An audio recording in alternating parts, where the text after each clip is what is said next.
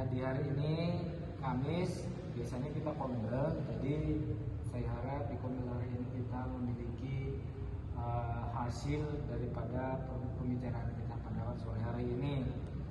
Jadi saya mau bertanya kepada ibu-ibu, apakah di dalam pembelajaran kita di kelas menemukan sesuatu masalah materi, masalah terhadap anak, apakah anak itu susah untuk belajar.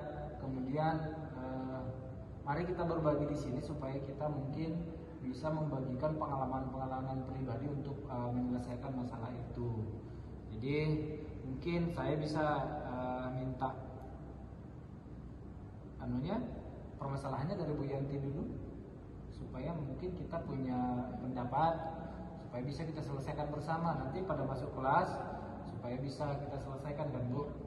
Ada kira-kira Bu? Kalau saya praktiknya sedikit dengan materi. Iya, karena ada belum 13 merdeka ini. Iya. Kita hanya sebagai fasilitator, tapi saya coba itu anak tak bisa. Oh. Nggak bisa hanya difasilitasi. Iya. Berarti harus dimentorin juga. Iya, gitu. Oh. Ya, kalau Ibu Mul? Kalau saya sih masalahnya itu tentang semangat belajar anak ini kurang. Apalagi pelajaran bahasa Indonesia ya Pak ya. Iya. Mungkin dia menganggap gampang atau gimana, sehingga motivasi mereka itu tidak nyambut lah dengan kita gitu. Maksudnya kita memberikan materi, dia tuh kayak slumber bahasa Melayu, cuek. Berarti tidak terpancing lah. Iya, semangat saya. Baik, kalau kita selesaikan satu-satu ya. Dari Bu Yanti tadi harusnya sesuai dengan kurikulum ini kita hanya fasilitator memfasilitasi mereka belajar. Tapi nyatanya mereka jadi susah mengerti materi kalau tidak dimentorin, artinya diajarin lah gitu. Jadi kira-kira gimana? Ada pendapat nggak? Kalau menurut saya mungkin anak-anak ini kan kemampuan mereka menerima materi itu kan Berbeda, ya. Mungkin ada mereka senang membaca, ada yang senang melihat video, ada yang senang dia mendengar. Nah, itu yang harus kita lakukan dalam memberikan materi itu menurut saya sih Pak.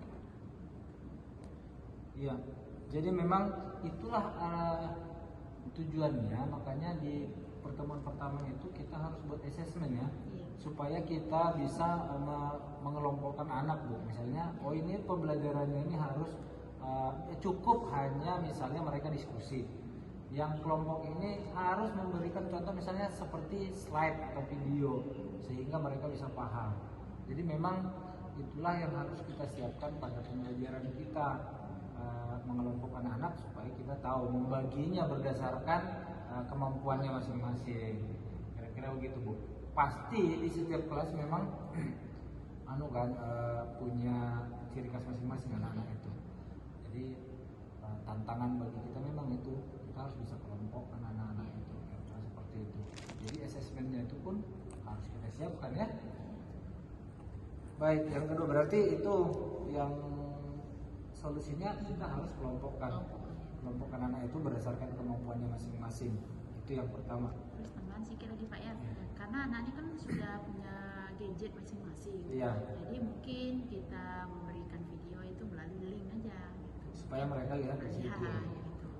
Ada nggak negatifnya itu? Tantangannya pasti ada juga tuh. Misalnya kita pikir mereka lihat video itu ternyata tidak. Gitu. Ya, kita harus ini Pak mengelola kelas gitu, lihat udah dibuka ke belum linknya yang diberikan. Gitu. Atau kita buat tagihan setelah kita suruh menonton video, kemudian kita minta tagihannya, apa isinya misalnya contohnya gitu ya. Bisa juga, oke.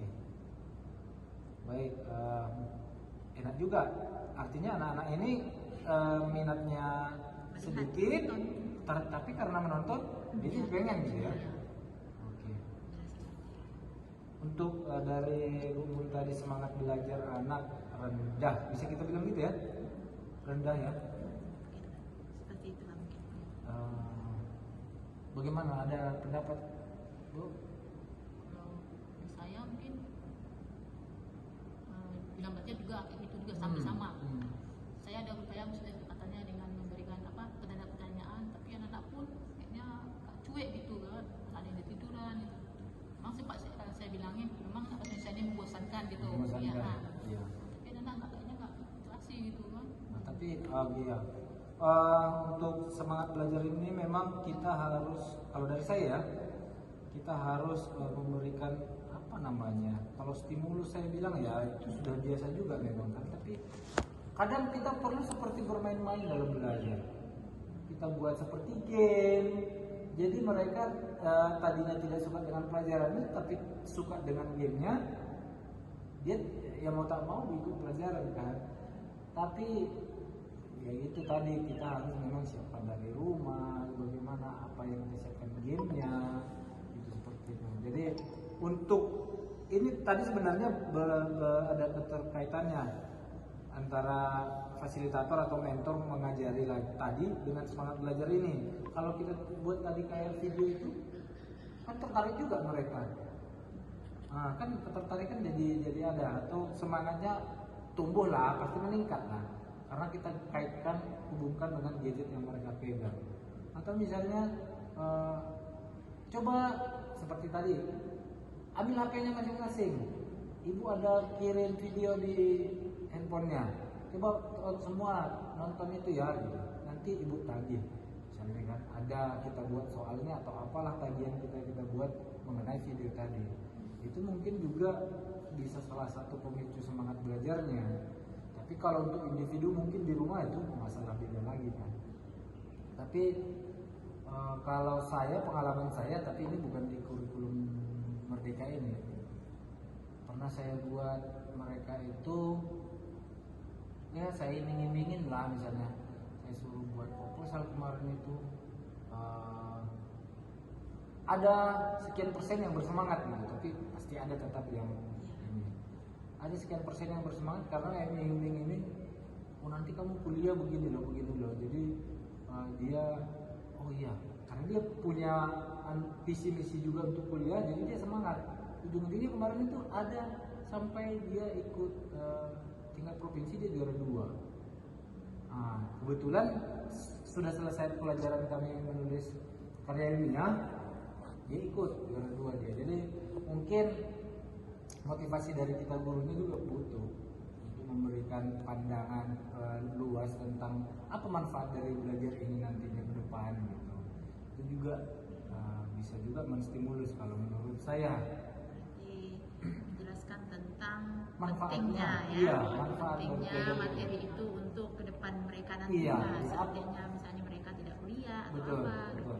Jadi kalau kadang kan anak-anak ini malasnya, ngapain saya belajar ini, nanti saya juga nggak butuh ini gitu. Iya. Tapi pada saat kita kasih tahu manfaatnya, ada beberapa anak itu berapa persen termotivasi juga dengan itu.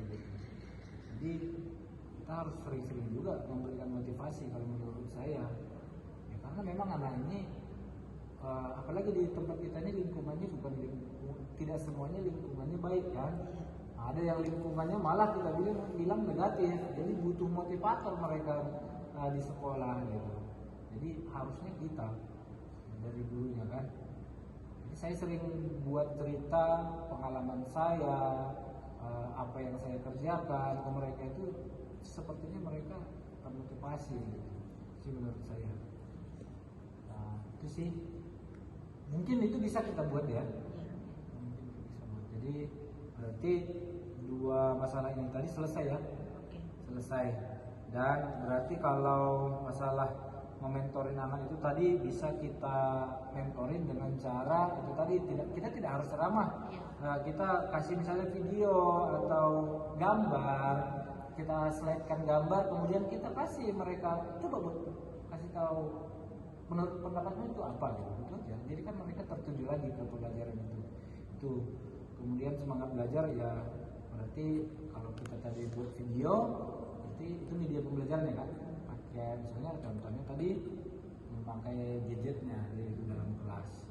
Berarti kita butuh media supaya meningkatkan motivasi belajar dan kita berikan juga motivasi.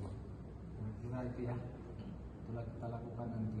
Mungkin sebagai refleksi koreksi atau apa gitu nanti kita lakukan di pembelajaran gitu. Iya. Nanti kita diskusikan gimana hasilnya. Hasilnya, iya betul. Jadi nanti minggu depan kita berbagi lagi. Apakah yang kita lakukan itu ada perubahan dari sebelumnya atau tidak? Baru nanti kita ceritakan lagi. Jadi itu saja kombel kita pada hari ini. Terima kasih atas kehadirannya. Terima kasih atas berbagi ceritanya. Inilah praktik baik kita di dalam kombel. Inilah fungsinya memang kita berbagi cerita supaya kita dapat mencari jalan keluarnya. Terima kasih untuk hari ini. Selamat sore.